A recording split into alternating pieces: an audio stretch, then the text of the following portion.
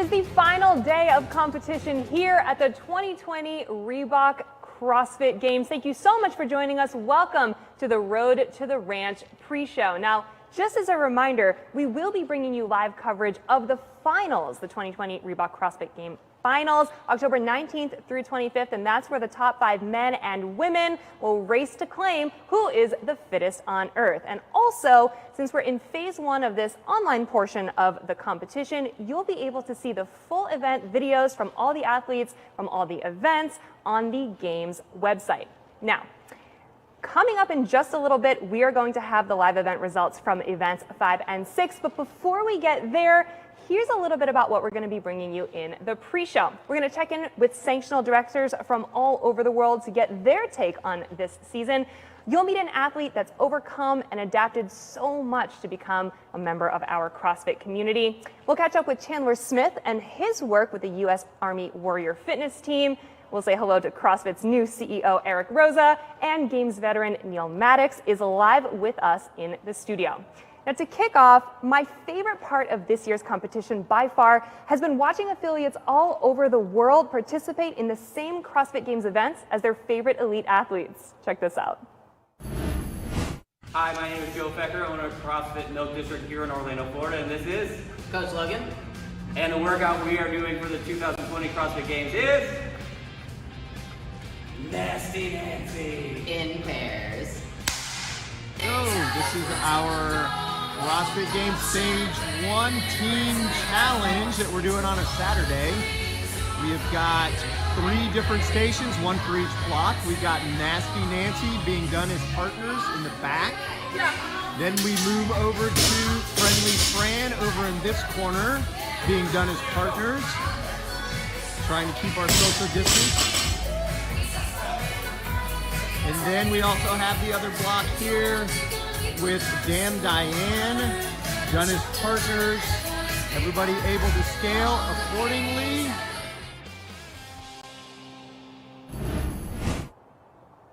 Now, the competitive CrossFit season structure has seen a number of changes over the last couple years, the most notable of which has been added sanctional events around the world so that athletes can continue to compete and try to make their way to the CrossFit Games. Now, a little earlier, we were able to catch up with some sanctional directors from 3 different countries to get their take on how the season's going. Welcome, guys. So excited to have you on the show with us today. We have Darina Dunn from the Filthy 150, Carlos Klein from the Brazil CrossFit Championship, and Ollie Mansbridge from Strength and Depth. How's it going, you guys? Not too bad, Nikki. Good, good. So excited to have you guys joining us from all over the world and to give us a little bit of perspective on sanctionals, what it's like to run an event, and how things have been going so far this season. So I want to start off with Carlos. I know that you are super excited about having Melina here at the CrossFit Games this year, and that South America is really stoked on being a part of the overall CrossFit community. Can you tell us a little bit about how you guys are feeling and what it's like to be involved from here and also in the future? Yeah, we're super excited. Ever since we had the 2018 regionals in Rio, it was all that big story with the truckers strike. Right. And it really helped get everyone behind the regional event. And then later we had the Brazil CrossFit Championship. We created that to be part of the calendar or of a sanctional. And we really think it's important to have athletes competing on the floor to get a spot to the games. Of course, that's not happening right now, but and they're going to be in the future. But we're just excited to be part of it. And as you said before in other transmissions, like just that we are doing this, just that it's happening and you're there and the athletes are doing it, and we're able to see each and every athlete do it like from start to finish on their own videos. It's amazing. We're just so excited. And you mentioned Melina, and she's doing great. She was 28th at the Open this year. We were expecting her to do great, and she's I think on 16th spot right now. We're just really rallying behind her, and we're also rallying behind Adam Davidson, even though he's from Canada. He got his spot here in Brazil, so we're really cheering him on. I love it. I love it. Now, Dorina, a question for you, because I know that the Filthy 150 last season, it had representatives from every gym in Ireland at the event in some way, shape, or form. I mean, to you, how do sanctioned events bring the community together on the ground level like that? It's incredible. The Filthy, for example, is one weekend where the whole of the Irish CrossFit community are under one roof.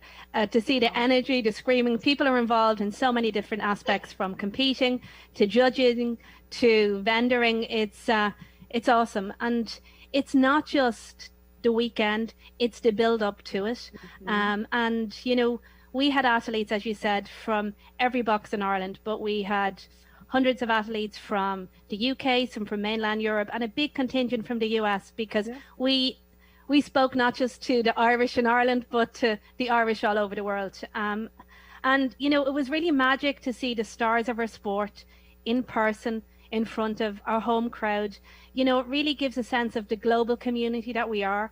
And, you know, when we have an event like what's happening now, we're so invested because we know these people, we've seen these people, and they're not just people behind an Instagram feed anymore, you know. And the event this weekend, you know, the whole of Ireland is screaming for Justin Medeiros, who has just knocked it out of the park. You know, like, who would have thought it? First games appearance, taking a third place in the front squat, going into day two in the bubble.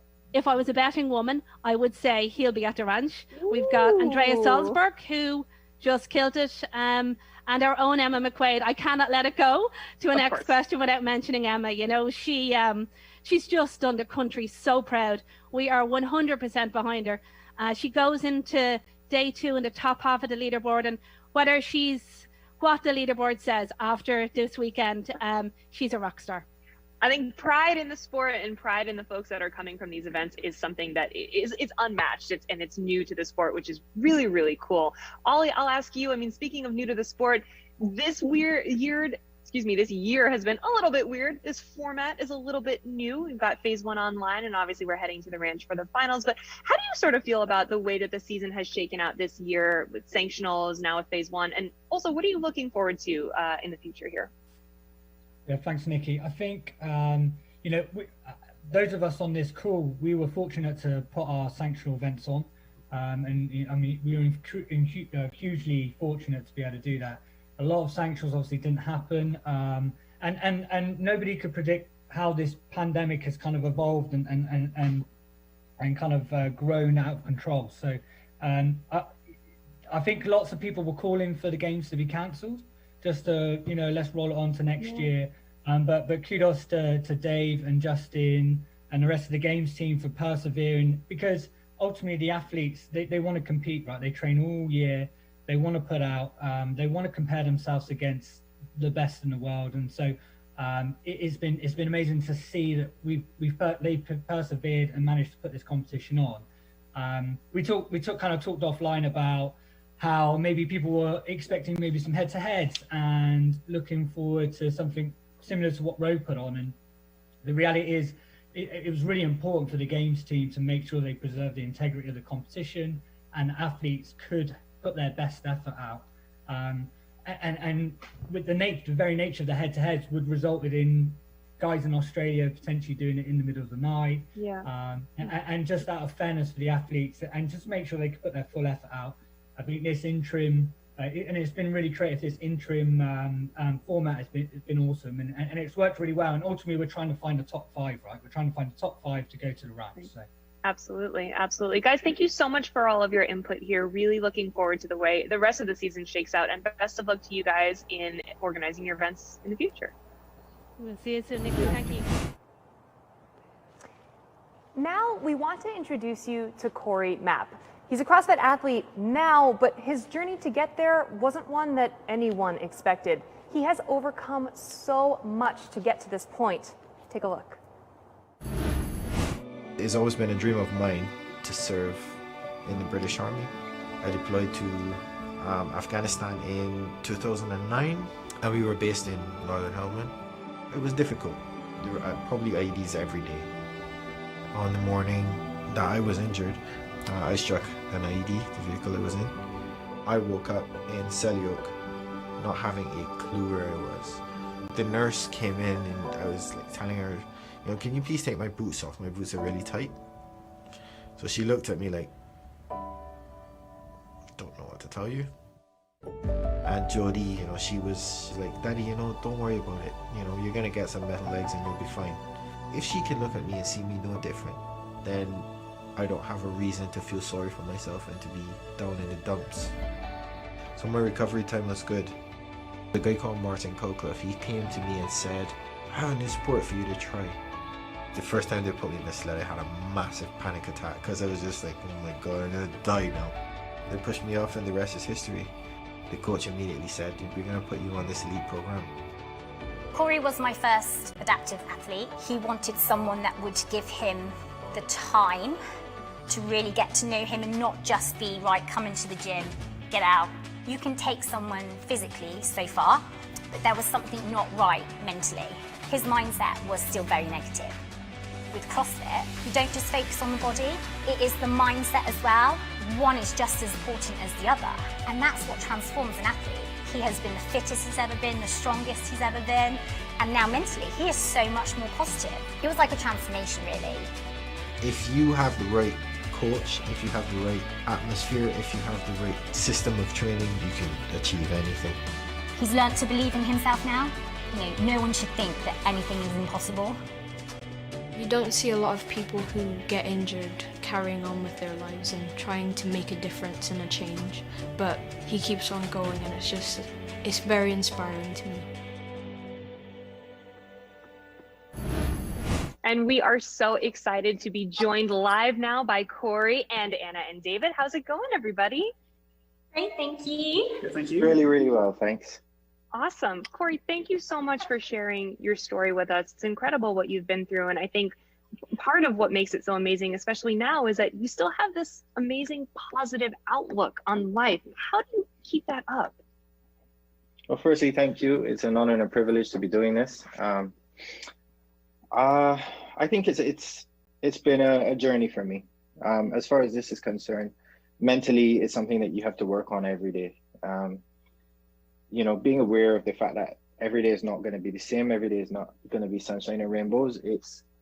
It's a journey, and I think that's what Anna and David have been helping me to do ever since I met and started training with them, and that's kind of the journey CrossFit's taken me on. So it's been pretty awesome.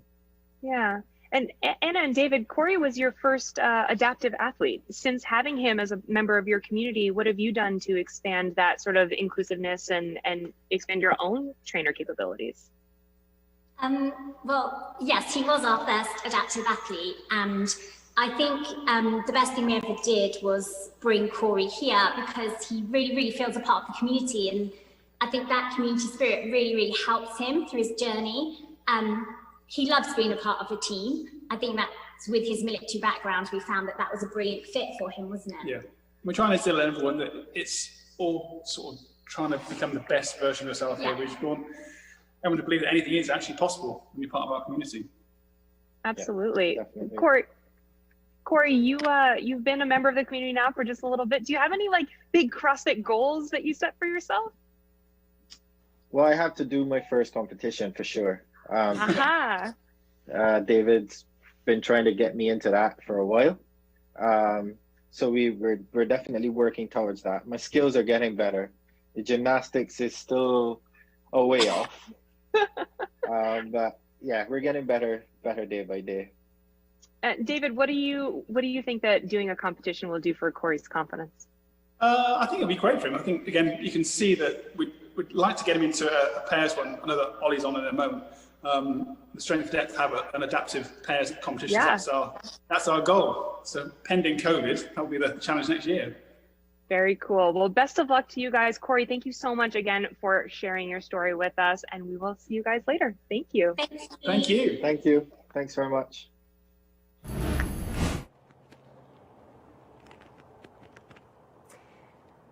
Now we have another military story for you. Before he was knee-deep into the competition the way he is right now, Chandler Smith and I had a chance to catch up yesterday a little bit about his involvement with the U.S. Army Warrior Fitness Team. Take a listen. Welcome to the show, Chandler Smith. So excited to have you here. How's everything going? It's going really phenomenally. Getting to do the CrossFit Games and was not expecting that to happen for most of the year. So it's just a blessing to be competing. I totally agree. I'm really happy that we're here.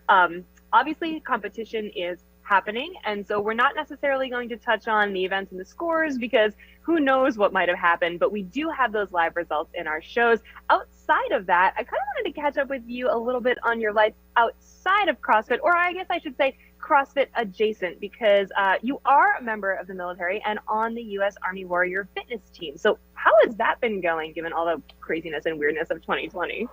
It's been super cool. We took it remote for most of the time, so there's 11 other fitness members of the team, and we've been training remote for most of the year, and we've started to get back to going to spots to compete. Like our job, we're part of United States Army Recruiting Command, and so our job is to go to places and tell our Army stories, because we have pilots and doctors and fat tankers like myself, and we get to like talk to the boys and girls and men and women of America about what we've done in the Army, but also get the chance to hopefully, get some of these fit folks who we find at these competitions to consider us instead of settling for a career in one of the other branches. So we're back to traveling around the country and doing that and having a good time. So it's fun to be back on the move.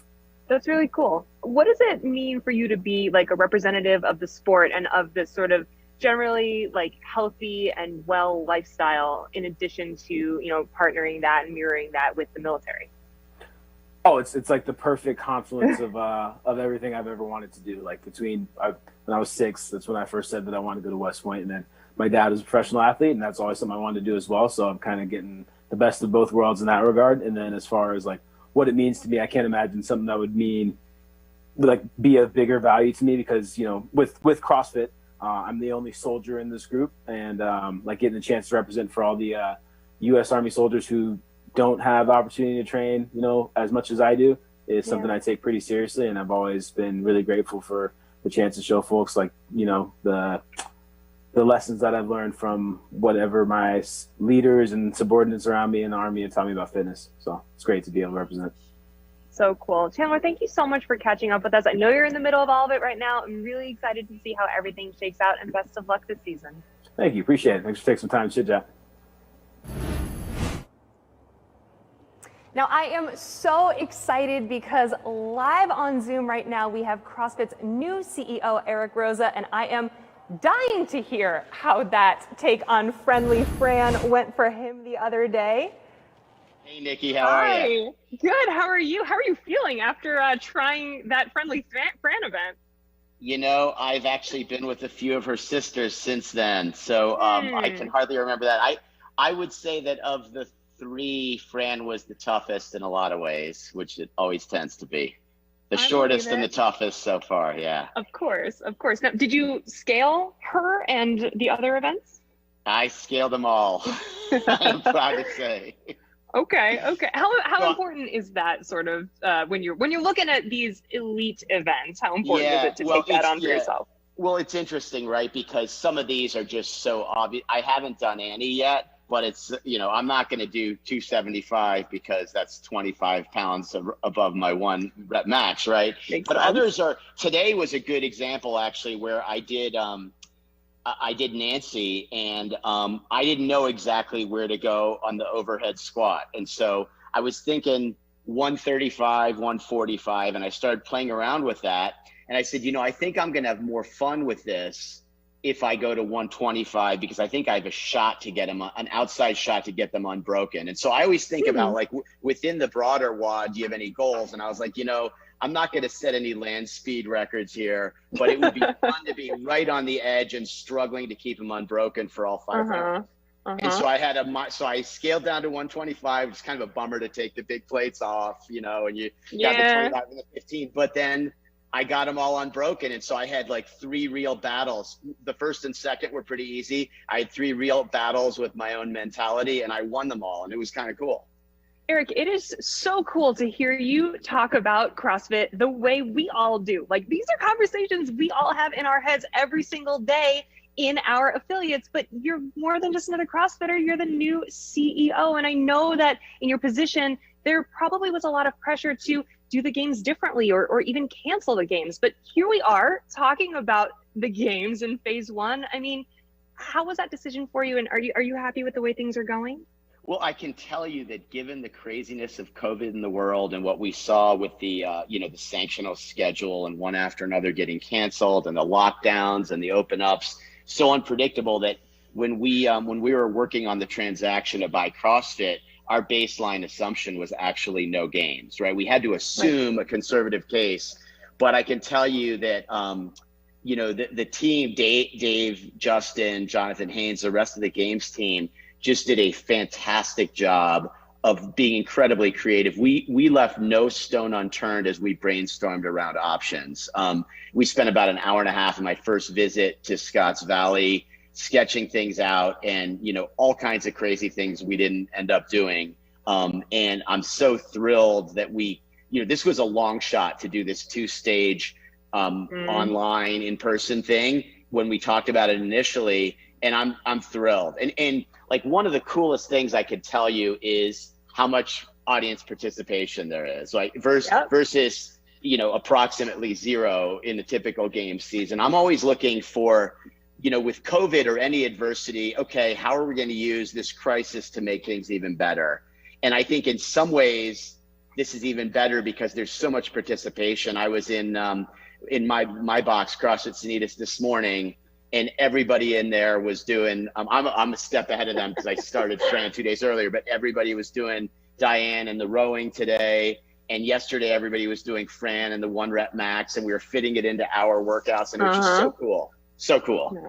I love it. Eric, thank you so much for giving us your perspective on this. I'm thrilled that we were able to bring you into the fold for this CrossFit Games coverage. And man, I'm so excited to see what's coming down the pipeline. What's next? Yeah, it's really fun to be part of it. It is different, but the beauty is it's not only a little bit worse or something. It's actually better in a whole bunch of ways, which is really cool. Completely agree. Thank you so much, Eric. We'll talk to you later. Thanks, Nikki. Take care. Bye-bye.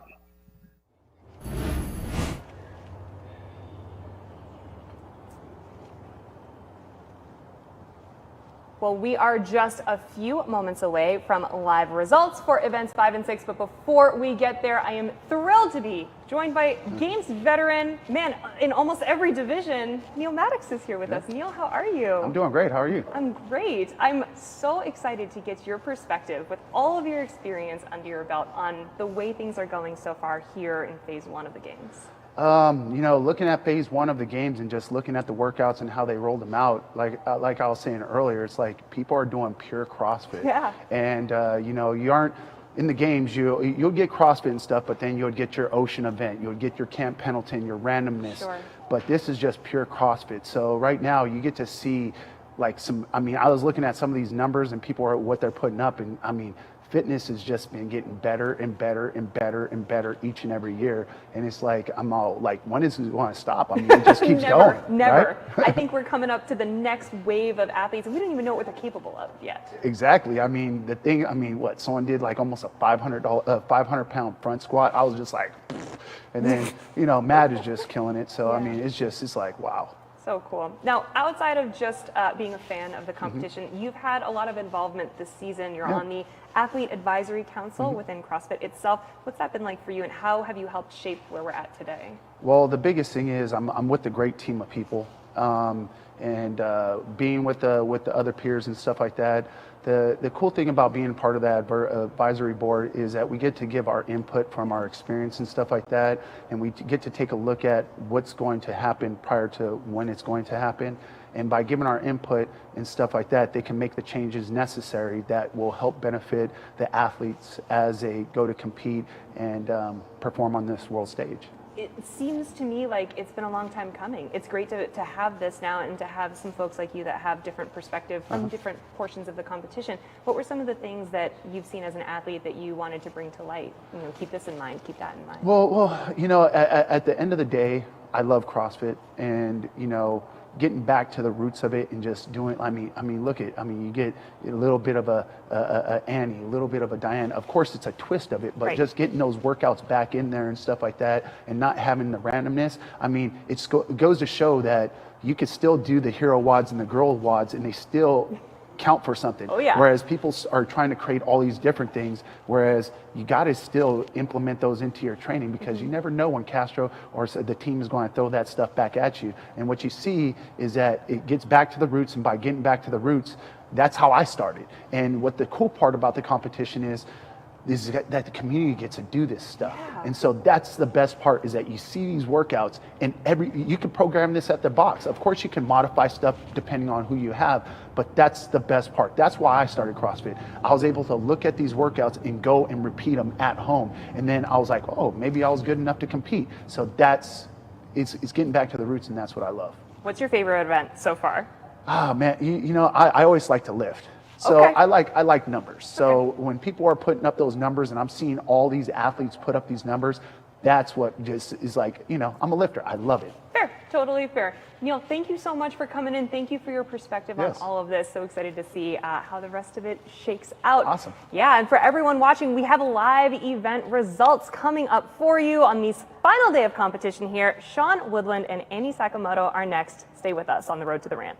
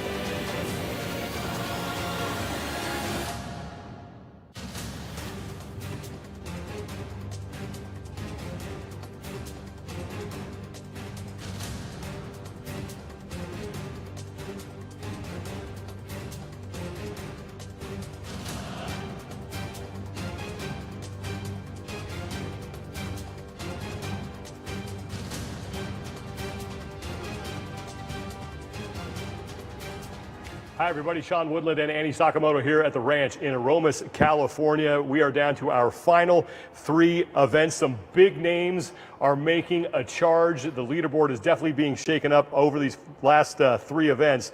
We have 1 event to go. We're going to bring you highlights and full event performances from some of the athletes who are trying to get here to Aromas, California. So stay with us. Jam-packed show here on the road to the ranch. Iron sharpens iron. If you want to get better, surround yourself with people better than you. For Matt Fraser and Tia Toomey, that is easier said than done. So before I started training with Tia, for most of the year, I would train by myself. That was basically out of necessity. All my friends and training partners had full-time jobs. So if I called them up at noon, I was like, hey, you want to hit this workout? They're like, no, I'm at work, dude. Okay, guess I'll do it by myself.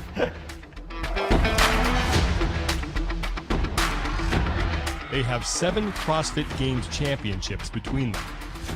Neither is satisfied. Their quests to get better led them to each other. We organically, and it wasn't even planned, started training with Matt. And now that I look back after spending 2 years of training every single day together, I couldn't have planned it any better. Fraser and Toomey are rarely pushed on the competition floor. It's a different story in training. We push each other by trying to kick each other's asses. every day we're gunning for each other. They are the best in the sport of fitness. They have looked unbeatable in recent years. And they are getting better. iron sharpens iron. Matt Fraser and Tia Toomey are as sharp as they have ever been. Good luck, everyone else.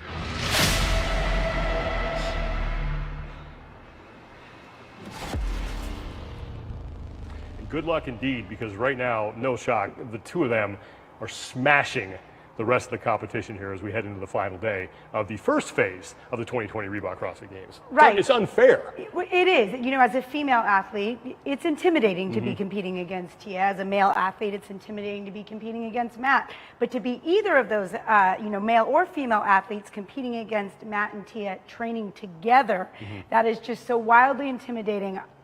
I mean, I feel sorry for the rest of the field. I hate to say it. We're going to get overall standings here in a little bit, and we're going to recap the action leading up here as we now have one event to go, events 5 and event 6. But I know a lot of you have been clamoring for live action, and you're going to get that during phase 2 of the 2020 Reebok CrossFit Games, October 19th through the 25th. We're going to be live on Facebook, on YouTube, and here in the United States, live on CBS as well. So you will have all the live action that you can handle here in the final stage of the CrossFit Games. Okay, let's get kicked off with the women's overall standings. We now have that through event 6. A lot has changed over the past day. Tia Toomey, nothing has changed there. She's still dominating. She's owning the competition, 518 points. But Brook Wells, pretty solidly in second place. Now things get interesting. Katrin David's daughter, from out of nowhere. Right, she was nowhere in the conversation yesterday, sneaks into third place. We'll show you how that happened today. So she is now in third, 414 points, but only 1 point up on Haley Adams. Kristen Holter right now, where's the big target? She is in fifth by just 7 points over Amanda Barnhart. Now, Cara Saunders is on the outside looking in, 351 points. One event remains. So she's got to make up a pretty sizable deficit there on Kristen Holta. Nisler, Spiegel, and Irma O'Connell, they have an outside shot as well, but they're going to need to probably win the final event and get some help. So here's where we are, 11 through 19, and some names that we expected to see inside that top 5, like Jamie Simmons, Carrie Pierce, another one. They are looking like they are not going to be making it to the second and final stage of the CrossFit Games, and then finally you go 20 through 30. And again, one of the big surprises here of the competition continues to be Sarah Sigmund's daughter, who is nowhere to be found on those first 2 pages. She is 23rd overall right now, and then Laura Horvath, we saw her struggle on that Damn Diane event, and that's why she is in 25th right now. We're going to get you men in a little bit. Those are still being tabulated, but that's where we stand right now heading into the final event with the women. So a lot on the line in that final event. But let's look back now. Let's start with event number 5, and that was Nasty Nancy, and this one had a lot to hate. Definitely. It's like we said yesterday, it's almost 1.5 miles of running. It's 75 overhead squats at a super heavy weight, at least super heavy for me, and 15 bar facing burpees, which just tax the lungs, tax the shoulders to make the running and the overhead squatting that much harder. And to think, 5 rounds, it's just a brutal workout. This is going to be, near 20 minutes plus of suffering. Yeah, let's get Tia Toomey out of the way because we know that she's crushing it. Had another top 3 performance here. We're going to show you her final round of Nasty Nancy. And we talked about it just coming in. It's just not fair how good she is right now. Right, she has been so dominant, nothing outside of, I believe, 5th place thus far, winning the first 3 events, the first time that's ever happened at the CrossFit Games. She is just head and shoulders above the rest of the competition. Yeah, came in first place overall, and then this is her final round. She just got done with her final 500-meter run, and now back to the barbell, and she would take 3rd place. 18:26 is her final time, and she can start packing her bags because it's looking like she's going to be heading here to Aromas. Yeah, I don't think she's going to have any trouble finishing out with the last events to cap off her weekend here. The only question now, I think, would be can she get one more first place finish and get more first place finishes in 7 events than not first place finishes. And we'll see if she can get more points than her really only rival right now, Matt Fraser. I'm sure the two of them have a little bit of a bet. Well, and I believe if she gets one more event win, she will then tie for the 16 event wins.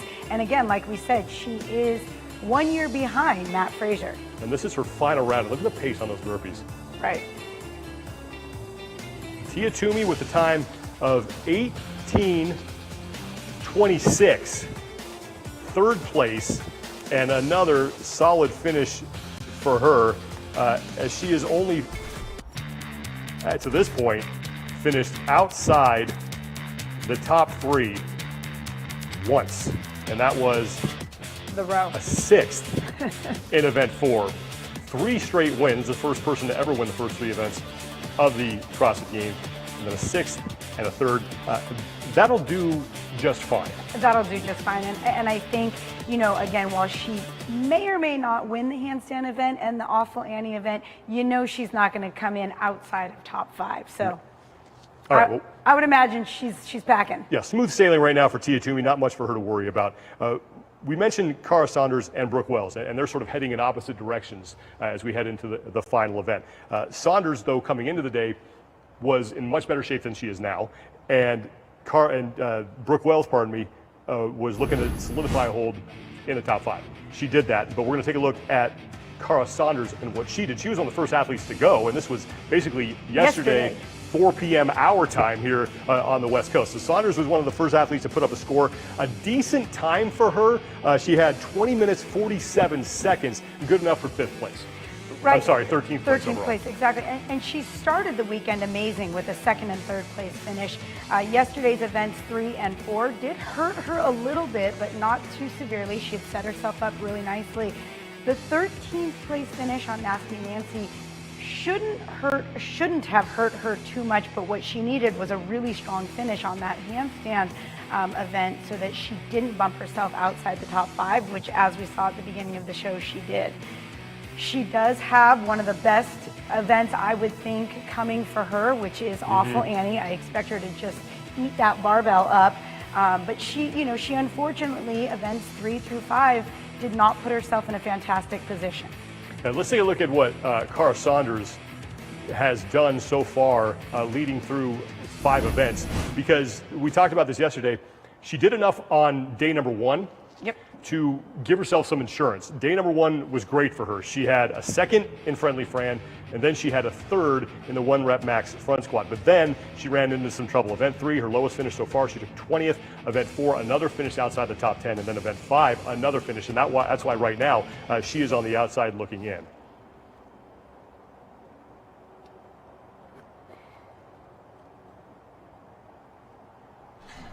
I had a pace in mind to run at just based off some workouts that I've done with like a 500 or 600, and I was sort of like weighing up the pace I was running, what that would look like, how many extra seconds a person would potentially have on me, you know, like a Briggsy running fast or a Christy Ramo, or Tia, obviously, you know, veteran mentality, like I can only do what I can do. So if you find peace with that and then just keep trying to push it, then you'll be all right.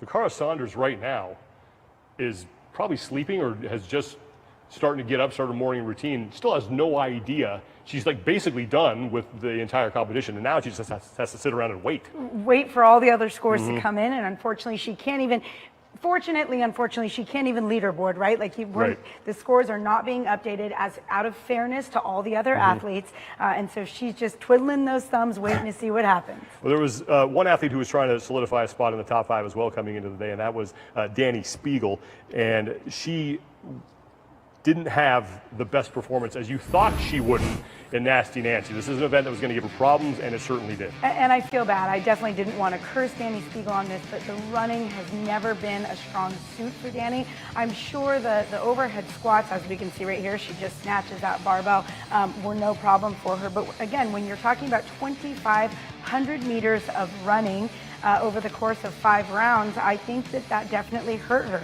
She finished 29th in this event, and that definitely is what sent her outside of the top 5. Yeah, Danny Spiegel, 26-25, 29th place, and yeah, like you said, that basically sent her plummeting down the leaderboard as she came into the event in 5th place overall. Now she is outside of the top 10 after event 5, 13th place. So that's what one bad event in duty as Danny Spiegel, this is her final round, finishes up those 15 burpees. But you look ahead for her, event 7 is probably something she's going to like. Definitely. Again, another heavy barbell, but we don't have to mix it with running this time. I think she should do really well. She held her own on the handstand event, and so it didn't hurt her too much. But she needs to have nothing shy of a stellar event 7 to get herself back in the top 5. All right, let's talk about 2 athletes that one of them we tend to overlook all the time. In fact, we sat here on Thursday, we said, oh yeah, we have to talk about Kristen Holte, right? Yep, talk about Kristen Holte, write that down. Didn't really talk about Kristen Holte. She's making a charge. Catherine David's daughter didn't really talk about her because she was on the outside looking in, looking a little bit like she wasn't going to make it. Oh, how things have changed since yesterday. Now the 2 of them very much in contention, and Catherine David's daughter could not have had a better day too. Well, and that's a true champion, right? Like, this is a champion athlete, and she's doing what she needed to do in order to get herself to Aromas. Not surprising at all to see her do so well on that event 5, the Nasty Nancy. And then Kristen Holte, again, another event that she knew she had to do well. This is an event that she took advantage of that and got herself now into contention. Kristen Holte on the left, Catherine David's daughter on the right. And these are your top 2 athletes in this event. David's daughter picks up a huge win, 18-16 for 100 points, and that started her charge up the leaderboard. Kristen Holte was just 7 seconds behind her. She finishes in 18-23. So Holte, who came into the day in 9th place overall, moved up to 7th overall after that event. Catherine David's daughter, we talked about the charge that she's making. David's daughter started the day in 8th place. That was after being 17th after event number 3, and after event 5, Nasty Nancy, she was in 6th place, now is in 3rd place. But this is now where we stood after 5 events. So David's daughter, like I mentioned, she goes up the leaderboard within just 7 points of Haley Adams. Cara Saunders still okay. She was in 4th place after 5 events. Barnhart also inside the top 5 at that point. And then Tia Toomey again had the lead, but Brook Wells added some points to her total, and she remains in 2nd place. So here's your bubble watch after 5 events heading into that max handstand hold. Amanda Barnhart with 3:30 in 3rd place was 16 points up on Catherine David's daughter. So all the women on your screen here very much alive for one of those spots inside the top 5. Catherine David's daughter and both Kristen Holte, man, putting on a charge and putting some heat on some of the athletes that are in the top 5. Should we be shocked about Holte and David's daughter right now? I don't think so. And again, it would be shame on us if we hadn't talked about Kristen Holte. She's such a solid athlete, and she is doing kind of what we were talking about BKG needing to do yesterday, which is seizing on the events that suited her well and hanging in there on the ones that didn't. So really impressive. And here's the thing, you would expect this kind of performance from these athletes if they were in person and they knew what their fellow competitors are doing. You've been in this situation, final day, you need to know what you need to do to qualify, whether for the games or to get a spot on the podium. All these athletes are in a similar situation, but they have no idea what's going on. What's that pressure got to be like for them? I can't even imagine how unnerving that would be. You know, you finish a workout, and we even saw this in the interview with Sarah Sigmund's daughter yesterday. You finish a workout, you think, that was great, I did a really good job. Well, little do you know, like Sarah on Damn Diane, it was actually only good for 21st. So you're now sitting there, you give your best effort, and you just have to wonder, possibly for hours, was it enough? Yeah. Well, that's where we stood after 5 events. Event 6, pretty simple. You had 20 minutes to establish your 1 rep max handstand hold for time. And it was a tough event for us to call because this is not something that we have tested before. We don't know who is practicing it, but immediately we sort of went to, okay, who are the gymnasts? Who has experience here? And the athletes who did tended to do very well in event number 6. Definitely, but it wasn't one of those events, like you said, Sean, where we can say, oh, so-and-so is great at walking on their hands, they're going to be great at standing on their hands. They are 2 very separate skill sets, and so there was a lot of unknowns as far as this event went, and to think that it had a full 100 points that it was worth, this wasn't a 50-point event, we knew that this could really shake things up for a lot of these athletes. So here's what we're going to do. We're going to show you 4 of the athletes vying for a position inside the top 5. We're going to show you their entire events here, side by side. We're going to have 4 athletes on the screen. We're going to have Katrin Davidsdottir. She will be in the upper left-hand part of the screen. Brook Wells is in the upper right-hand part of the screen. Kristen Holte in the bottom left. And Cara Saunders is in the bottom right. On the top of the screen, you see Davidsdottir and Wells kind of going with that split style. They can move within the box, that's fine. When Adrian Bosman tested this, he did the exact same thing and worked out pretty well for him. Right, it helps center the balance, right? So now instead of being one long line up, you can kind of balance yourself back and forth, or right and left if you want to think about it as far as legs go. Look at Holte though, she's barely moving at all. There's not a lot of walking around, a little bit of stepping just started now, and Davidsdottir, I'm pretty sure has not moved an inch. What's really interesting too, I love that this event happened on this day, because I just found out September 19th is National Gymnastics Day. Well, there you go. Very appropriate that this event happened today. Davidsdottir really the only athlete who has not moved in her box. And like I said, when I talked to Dave Durante yesterday, and you can see Cara down on the bottom right, he said that really the moving is kind of the curse. You're going to expend a lot of energy when you're moving around like that. So Cara, that was her best effort. That was 1 minute 9 seconds, and that was good for 22nd place. So another event outside of the top 10, the top 20 now for Cara Saunders, and that's why she's on the outside looking in, heading into the final event. So Davidsdottir in the upper left, Wells in the upper right, and Holte in the bottom left, the 3 athletes who remain here. And I have to say, Sean, I have been so impressed with Brook Wells this weekend thus far. She has been so consistent. She doesn't have any finishes outside of top 10, and that's why she is sitting right behind Tia Toomey. Wells outside the box, her time 1 minute 50 seconds. She will take 8th. Kristen Holte is now down. Holte's time 1:54. She would take 6th. And check out Katrin Davidsdottir, who had already won the prior event. Didn't know that, but following that up with a huge performance here on event 6. Right, and again, Sean, this is what's so great about this competition. Katrin has no idea that these other girls, quote unquote, are down, right? There's no live stream where she can see, oh, everybody else is down, I can drop. She really just has to go for an all-out max effort.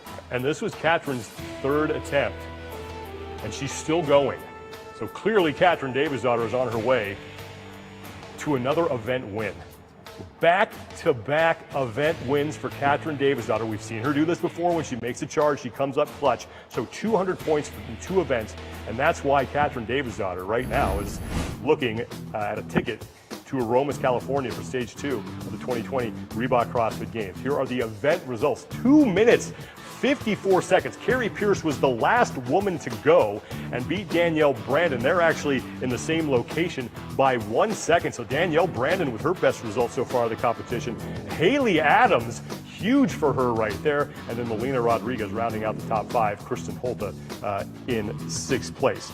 Once again, here's where we stand after 6 events for the women. Toomey is your leader. She's safe. Brook Wells looking pretty good as well. Spots 3 through 7, maybe 8, all still alive to get to the CrossFit Games. Katrin Davidsdottir pole vaults into the top 3. I mean, she had a jetpack on today moving up the leaderboard. Haley Adams right behind her by a point. So Kristen Holte has got to hold off Amanda Barnhart. Just 7 points between the two of them. And Cara Saunders is going to need to have a big performance on event 7, which she may have already done, and now has to sit and wait to find out if it was good enough to make up that 42-point deficit on Kristen Holte. Right, and when you look at both Kristen Holte, Amanda Barnhart, and Cara Saunders, these are all women that stand the chance to have really good results on that Awful Annie event. So there's a lot that could still happen right now. Now let's go over now to the men's side, where just like the women's side, the lead is not in question. Matt Fraser is running away once again with this competition. He is solidly in 1st place overall by almost 100 points over Noah Olson. Olson solidly in 2nd. He's the only man other than Fraser above 400 points. Then Justin Medeiros, the youngest guy in the competition, who was really impressive at the Filthy 150. He sits in 3rd. Samuel Quant goes from 12th to 4th today, and Chandler Smith inside the top 5. Jonakoski, Jeffrey Adler, and Bjorven Gudmundsson, he's making a charge as well. And look at Patrick Vellner, don't count him out, 325 points, but a pretty sizable deficit for him to make up. Let's go to now 11 through 20, where Roman Krennikov sits in 11th place, 317 points. He's going to need to probably win the final event and get some help if he's going to want to make it to the CrossFit Games. Tim Paulson is in 14th. Cole Sager, Travis Mayer, Jay Crouch, Hepner, and Brandon Luckett there as well. Now 20 through 30, the bottom 10. Saxon Panchik, Brent Pakowski, a bit of a surprise right there. Griffin Raleigh currently sits in 25th. He had that event win, but since then he has not faced events that he has liked. And then David Sharonke has actually withdrawn because of an injury, so now just 29 men remain. But that final event 7 is going to be a lot of fun to see, you know, who saves his best for last and puts himself into the CrossFit Games. Definitely. And, you know, we saw Patrick Vellner make a charge up the leaderboard yesterday. Now he kind of slipped back down. There is the final event for him, which I think could do well. But like you said, not only does he have to do well, he needs some of those guys ahead of him to not do well. And you never want to rely on others not doing well. Right. And remember, no one has any idea what the scores are. So it's kind of nerve-wracking there. Yep. Matt Fraser on event number 5. We want to show you his performance, and at least the final round here. He was the only guy to go sub 18 minutes, 17 minutes, 50 seconds.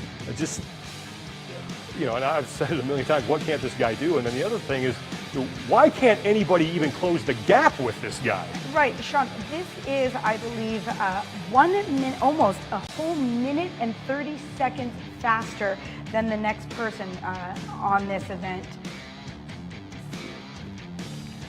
Yeah, this was, the next one behind him was Justin Medeiros, but again, this was almost a minute and 30 seconds faster than Justin Medeiros' time. You know, I watched Matt Fraser squat, and I'm really reminded of the way Rich Froning used to do that. That more narrow squat. A little more narrow, and which almost just kind of makes you mad, because that means he's just so comfortable he can be that narrow, right? Look at how fast the burpees are, final event. You have to wonder, if other people were around him, would he be going this fast? Probably. The only difference would be he'd be looking over his shoulder to see if those poor suckers were able to keep up with him. And Matt Fraser does not have a tendency to take it easy, even though he has it in the bag. And then finishing up his event, and he gets yet another event win. Once again, time of 17 minutes, 50 seconds. Now, the guy who, for a little bit, had the leader's jersey from Matt Fraser last year was Noah Olson. So people think, yeah, he's the guy other than Pat Vellner who might be able to challenge him.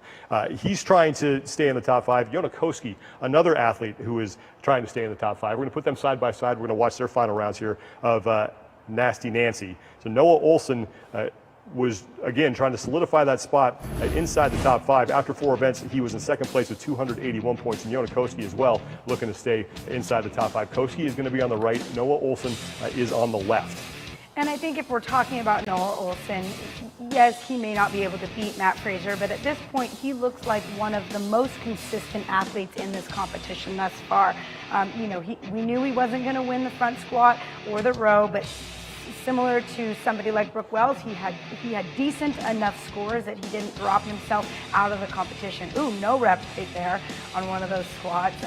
And then Jonakoski, again, somebody that often flies under the radar, but has taken advantage of the events that serve him well. And we just watched Fraser go through his overhead squats. You think about the speed and the efficiency that he had. These are 2 of the best in the world, and there's a noticeable difference. Right. I mean, for Fraser, it looked like an empty barbell. For these guys, it looks like 185 pounds, and it should look like 185 pounds, especially when we're talking about the last round. Noah Olson getting set to finish up. Olson with a real solid result for him. 19 minutes, 40 seconds. That would be good enough for 7th place. Jonakoski, meanwhile, not faring nearly as well. Koski with his worst finish of the competition so far. Remember, yesterday he closed out his day with a 16th in the 1,000-meter row. This time, a time of 21 minutes, 39 seconds. That would be good for 22nd. That is his worst finish, and that dropped him out of the top 5, moved him to 8th place, and we caught up with Jonakoski after event number 5. I think I'm 5th overall now. It's really tight in in the top 10 area, so I need to push it as good as I can today, and then we'll see. And the first one's kind of tricky, or was kind of tricky. I think with perfect pacing you can make a lot of time there. But that went well. Now 2 more chances. Let's try to get the best out of it. Koski has been just hovering around that final spot for the past 3 events. After event 3 he was 4th, after event 4 he was 5th, now after event 5 he's 8th. So he is he's still alive though. He's definitely still alive, but he's going to have to make a big push on that final workout, and there's a lot of big boys in this event that are going to do the same exact thing. So again, not wanting to be reliant on others to not do well, he has to be reliant on himself to do really well. A couple of new faces, of course. We're used to seeing Koski and Noah Olsen at the CrossFit Games and in contention to make it to whatever the next stage is. But 2 new names that came on the scene here who have definitely, I think, gotten a lot of people's attention: Jeffrey Adler and Aiden Brown. The 2 of them looking like they have a legitimate shot of getting inside the top 5 here. Show you their final round of Nasty Nancy as they looked to put themselves into contention to come here to Aromas. And these guys did very well in the open, and obviously they can do well in a virtual competition. Looking forward to seeing how they could do here. Right, and I like that we have these two gens juxtaposed next to each other, that we're talking about both of them. Aiden Brown, actually was cut in the very first event last year at the Games. I think he was 104th, just not a great way to start his Games career. 13th in this event though, so obviously in a similar event, running, an overhead squat close to that snatch, and some gymnastics. Really good to see that he's kind of shored up that side of what took him out of the Games last year. You compare that with Jeffrey Adler, who got 6th on this event. Really impressive. He actually was 5th last year on first cut, but again, only his 2nd year at the Games. So both of these gentlemen to be doing as well as they are, super impressive.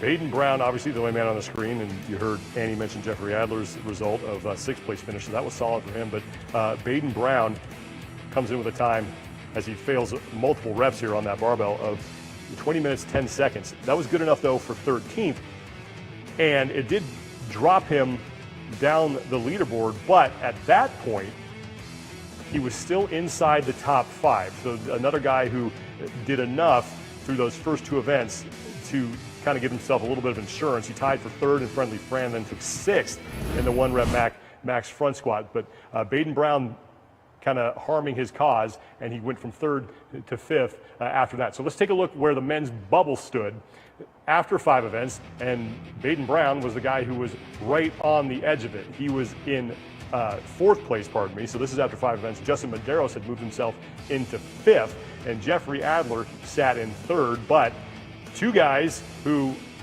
one of whom I think a lot of people expected to be inside the top 5, Chandler Smith, another guy who has Games experience, Samuel Plant, who just, you want to talk about having a jetpack on. He started the day in 12th place, then moved up to 7th.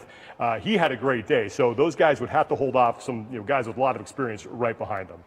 Right, and for all of these guys, what I'm looking at is you can have one throwaway event this weekend, but that's it. And by throwaway, I really mean anything under 15th.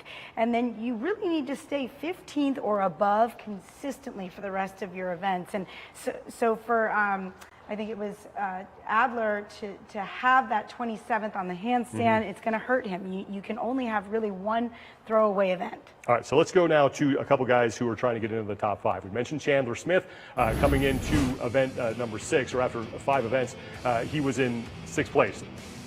Pat Vellner on the left of your screen making a charge. This is their final rounds of Nasty Nancy. As Vellner, again, we talked about it on day 1. He just has that at the Games, that customary early bonk, and then has to work his way up the leaderboard. And he really needed to come up with a big performance here just to get himself a chance of maybe getting into the top 5. Right, and unfortunately for Vellner, usually when you're looking at numerous events, so I'm going to say over 7 events, which is usually what happens at the Games, you have more chances to hit your strengths and make up some of those places. He only has 7 events this weekend, and so to start off the way he did, he put himself in a really precarious position as far as qualifying and making it here to Aromas. Chandler Smith with a good pace. Noah Olson there cheering him on. And Smith with this effort. Yeah, Noah Olson was peeking there at the side.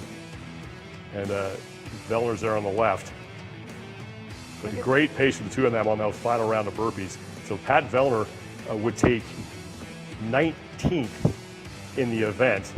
Not the result he was looking for, but... And Chandler Smith takes third, which is definitely the result. Which was huge for him, which is why right now, he is in the top 5. So Smith selling out for that one. So this is where we stood after 5 events. The reason why Vellner isn't on the screen is right now he was in 11th after 5. Fraser again running away with the competition at a 103-point lead on Noah Olson at that point. Really close between Adler and Brown, and then Maddox by just 5 points over Chandler Smith, with Samuel Quant in 7th at that time as he moved up from 12th place. Yonakoski dropping now out of the top 5, and then of course Patrick Vellner sitting there in 11th place. So. But look at that 10th place right there, BKG. That was another guy. Like we talk about, the shock of Sarah Sigmund's daughter. Right. That to me is more surprising.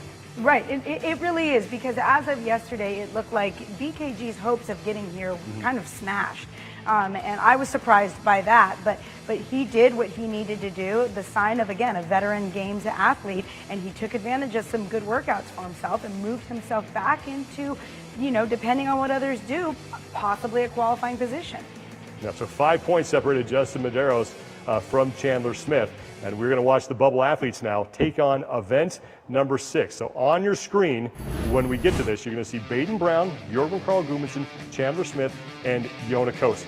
This is the max handstand hold 4 time. Once again, Aiden Brown upper left, Bjorgvin Carl Gudmundsson upper right, Yonakoski bottom right, and Chandler Smith bottom left. Aiden Brown already just moving probably way too much to think that he's going to have a good time on this, and he, in fact, did not have a great time. Aiden Brown finished this in 31 seconds. So again, when we're looking for length instead of a short time, this was not Aiden Brown's event. He finished 28th out already. And if you look at our other 3 gents, they're not moving at all. Chandler Smith was a little bit of a bobble, but still not flirting with any kind of danger there, as he just did. Again, you got to stay within that box. Koski moving a little bit. Noah Olson, Bjorgvin Carl Gudmundsson in the upper right. Still looks as like a can tree. be. Yep, starting to move a little bit right there. Here goes Chandler. Oh, that was a breakdancing move to get out of it. If there were style points, he would definitely get a few extra points. He got a time of a minute. So for Chandler Smith, that was a tie for 20th. Aiden Brown already out. You mentioned him. He was down towards the bottom. He finished 28th, tied for 28th in that event. Not a good 2 events for Aiden Brown. Bjorgvin Carl Gudmundsson, he's out of the box. He would take 6th in the event. 1 minute, 21 seconds. Final results for the handstand hold. Noah Olson takes the win by 2 seconds over Matt Fraser. Samuel Quant, that is why now he is inside the top 5, 132, so just 5 seconds separating first from third and 10 seconds separating first through fourth. Tim Paulson with a good effort as well, 1 minute, 20 seconds in that event for him. And Pat Vellner, he would take 8th at 119, tied with Roman Krennikov. Overall results now for the men. We actually have an update for you. So Koski and Smith are tied with 358 points apiece, but Koski, because of a higher event finish, gets the tiebreak. So basically, whoever wins between the 2 of them in event 7 has a much better chance of going to the games, because all those times are going to play in. But that is going to be a fun matchup to watch right there, because I think that final event, we'll get to this in a little bit, Chandler Smith has got to be licking his chops to get to that heavy barbell. So here's the bubble watch as we head into the 7th and final event. Chandler Smith, 376 points. Samuel Quant at 373. That was actually incorrect. We just showed you the right bubble watch and went through that. But Chandler Smith and Yonakoski, that's going to be a great battle. Definitely. I mean, we know what a solid athlete Yonakoski is, but like you said, I can only imagine that Chandler Smith is just going to crush Awful Annie and that barbell in there. All right, one more look at the overall standings now. for the men. Matt Fraser all by himself. The bubble is Yona Koski, who because of a tiebreak is ahead of Chandler Smith. Jeffrey Adler, he's very much in contention, only 6 points back. Bjorn Carl Gudmundsson, 16 points back. Aiden Brown, outside shot. Pat Vellner, probably going to have to hit a home run in that final event because he's got a lot of points to make up there. But we mentioned Aiden Brown, solid open performance. He has been very impressive here, and it is clear that Aiden Brown is going to be a force to be reckoned with down there in Australia. And I'm looking at that third place gentleman, Justin Medeiros. How can he handle this final event? Can he keep himself in that top 5? Yeah, we know a lot about the athletes who we've been talking about. We don't know a whole lot about Aiden Brown. We caught up with him earlier and found out why he thinks he has a chance of being a contender at the CrossFit Games. I guess I was playing rugby league for a club, and my trainer at the time was the guy who owns CrossFit Townsville, which was Dan Strickland. And he invited me to come and try CrossFit, so I come along, I tried CrossFit, and then 6 years later, I think I made my debut at the CrossFit Games. CrossFit, I think, is one of the sports where natural ability never really comes into play. You can be naturally good at something, but if you don't have work ethic, then CrossFit's not for you. I love where I'm from, I love Australia. To have the Australian flag on my chest means a lot to me. So Aiden Brown is going to have to come up with a big performance here on Event 7. So let's talk about Event 7, and that was the last one that was announced. It's Awful Annie, GHD sit-ups. We had that sort of curveball with the drag rope, and then that heavy barbell. Right, and so you're looking at the double unders with the drag rope. Everybody's shoulders are smoked from the deficit strict handstand push-ups, from the overhead squats that they did this morning, from the handstand hold, so that's going to really make that drag rope hard. Then you put in the leg that you're going to need to jump to get that drag rope under your feet twice. Couple that with the leg you need on the GHDs. Little bit of leg maybe on the cleans, right? Now again, the interesting thing about that is you can power clean it or you can squat clean it, but you think about the way the GHD is going to tax your midline for either of those movements, power clean or squat clean, at that kind of weight, it's going to be a mess. Yeah, potentially. So we talked about it a little bit, but the matchup, everyone is going to want to see how it plays out. Yona Koski's in 5th. Chandler Smith sits there in 6th. They are tied in points. Koski has a tiebreak, but who do you think does better and why in this event? I'm going to go with Chandler Smith. I mean, I just have to. I think, again, that barbell, if you have the ability to power clean that weight, it is so much less taxing than squat cleaning that weight. And I think that, you know, between those two athletes, Chandler Smith will be able to power clean that barbell for all 15 reps. I don't know that Yona will be able to, and so for that reason alone, I think it could go to Chandler on this one. Let's go to who struggles on this event as they look to kind of punch into that top 5. For the men. For the men, yes. You know, Aiden Brown, that is a real question for me. He did do really well on the front squat, but you know, the other thing that you have to take into account is what are they feeling like today? What are their legs feeling like? What are their shoulders feeling like? Koski's not always the strongest when it comes to the barbell as well. So again, I'm a little worried for him versus Chandler Smith. Yeah, it's going to be a good matchup to watch. Let's go over to the women's side. Yona Koski has had a solid competition, but probably not the final event that he wanted to see. But again, he doesn't know who's doing what, but he's going to have to really sell out to get there. Right. And again, you know, I don't think that it's maybe not his favorite event, but I would be nervous if it was for the spot against Chandler Smith, looking at that event. Not the guy I don't think you want to see when you see a heavy barbell come into play. Really looking forward to seeing how that plays out. All right, on the women's side, Cara Saunders needs to have a huge performance in this event. I don't know if she's done it yet or not, but we've talked about it a lot. This sets up very well for her. I think it's a needs to and can do for Cara Saunders on this event. You know, again, for a lot of these athletes, if it's double unders, a heavy weighted rope, and GHD sit-ups, I think it's going to be a tighter race. But you add in that heavy barbell, and people like Cara Saunders who can power clean that, possibly even touch and go if she had to, it's going to be a huge advantage when you're looking at the overall time. Cara Saunders on the outside looking in. Haley Adams right now is inside the top 5. Fourth place, 409 total points, 20 points up on Holta, who's in fifth, 27 points up on Amanda Barnhart. Don't think that this is the ideal event for her to finish. I definitely don't. Again, she did not do, she PR'd her front squat this weekend, but it was still good for, I believe it was like in the 20s as far as her placing went. She didn't even clean the first barbell at the games last year. Now, interestingly enough, I was talking to Nikki Brazier about this earlier this morning, and she said that she had spoken to Haley about this event, and that Haley said if it was a squat clean, I would be in big trouble. The fact that it's a power clean, I'm not worried about it at all. So I was worried for Haley, maybe more than I needed to be. Okay, well, we'll keep an eye on that one. I'm going to put you on the spot here. Okay. Okay, who do you think, we'll start with the women. Okay. Give me your top 5 when this is all said and done. Tia. Okay, easy. That doesn't count. Top 2 through 5. There you go, yeah. Okay. I really like the way Brooke Wells looks Yeah. this week, and she has been nothing shy of totally consistent. Her worst finish thus far is 10th in the front squat. I think she's a shoo-in. I think Katrin, I think this last workout speaks to Katrin and her strengths. I think she's now going to be inside and stay inside.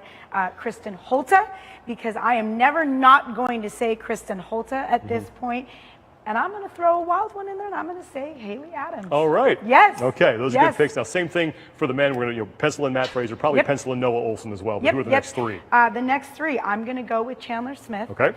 I am going to go with, I like to have a little wild card in there, so I'm going to go with Justin Medeiros. I really like the way he's been putting together this weekend.